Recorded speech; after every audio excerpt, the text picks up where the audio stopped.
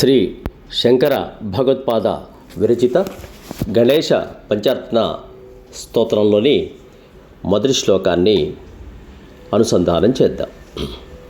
ముదాకరత్తమోదకం సదా విముక్తి సాధకం కళాధరావతంసకం విలాసిలోకరక్షకం. ముదాకరత్తమోదకం సదా విముక్తి సాధకం కళాధరావతంసకం విలాసిలోకరక్షకం. అనాయకైకనాయకం వినాశితే భదైత్యకం నతాశుభాశుభానాశకం నమామి తం వినాయకం. అనాయకైకనాయకం వినాశితే భదైత్యకం నతాశుభాశునాశకం నమామి తం వినాయకం. నమామి తం వినాయకం.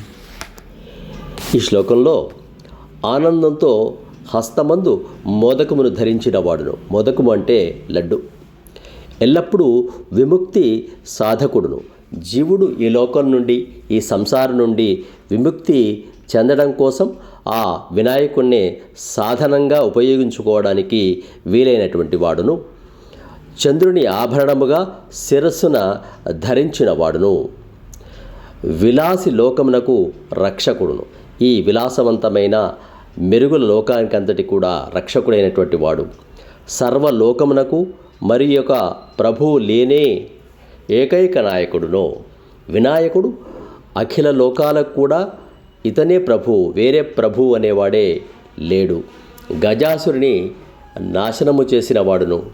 నమస్కరించు వారల అశుభములను శీఘ్రముగా నశింపచేయువాడును అగు వినాయకునికి నమస్కరింతును అని శంకర భగవత్పాదులు తమ గణేశ పంచరత్న స్తోత్రంలో ఈ వినాయకుని యొక్క రూపాన్ని, అతని యొక్క గుణగణాలను, అతడు ధరించిన ఆభరణములను, అతడు లోకానికి ఏకైక నాయకుడిగా ఆవిష్కరిస్తారు.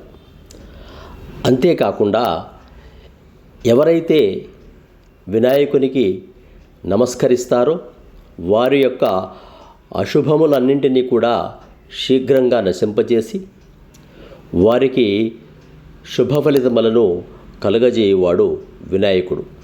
అతనికి మొదట ప్రార్థిస్తే అంతా శుభమే కలుగుతుంది అని ఈ గణేశ పంచరత్న కీర్తనల్లో మొదటి శ్లోకంలో వారు ఈ విధంగా వర్ణించారు. శ్లోకాన్ని మరొక్కసారి అనుసంధానం చేద్దాం. ముదాకరత్తమోదకం సదా విముక్తి సాధకం కళాధరావతంసకం విలాసిలోకరక్షకం. అనాయకైకనాయకం వినాశితే భదైత్యకం నతాశుభాశునాశకం నమామి తం వినాయకం. నమామి తం వినాయకం. సబ్స్క్రైబ్ ఆచార్య శ్రీశక్తి ఛానల్. శుభం భూయాత్. సమస్త సన్మంగళాని భవంతు. స్వస్తి.